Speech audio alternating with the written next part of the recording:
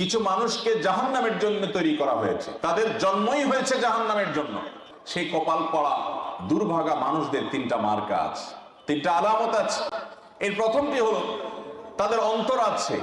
এই অন্তর দিয়ে তারা কত কিছু চিন্তা করে, কত কিছু ভাবে, কিন্তু তারা এই অন্তর দিয়ে যা তাদের ভাবা উচিত, এ অন্তরে আল্লাহর ভয় তাদের জাগ্রত হয় না, তাকওয়ার চেতনা তাদের অন্তরে নাই।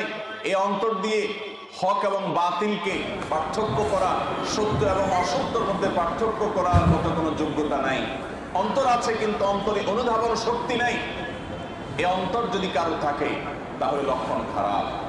কারোর চোখ আছে, এই চোখ দিয়ে সে অনেক কিছুই দেখে, কিন্তু যা দেখা দরকার তা সে দেখে না। এই চোখ দিয়ে সে কোরআন দেখে না। এই চোখ দিয়ে সে বহু মানুষকে দাফন হতে দেখে, বহু মানুষকে মরে যেতে দেখে, বহু মানুষ শেষ হয়ে যেতে দেখে, পাপের প্রায়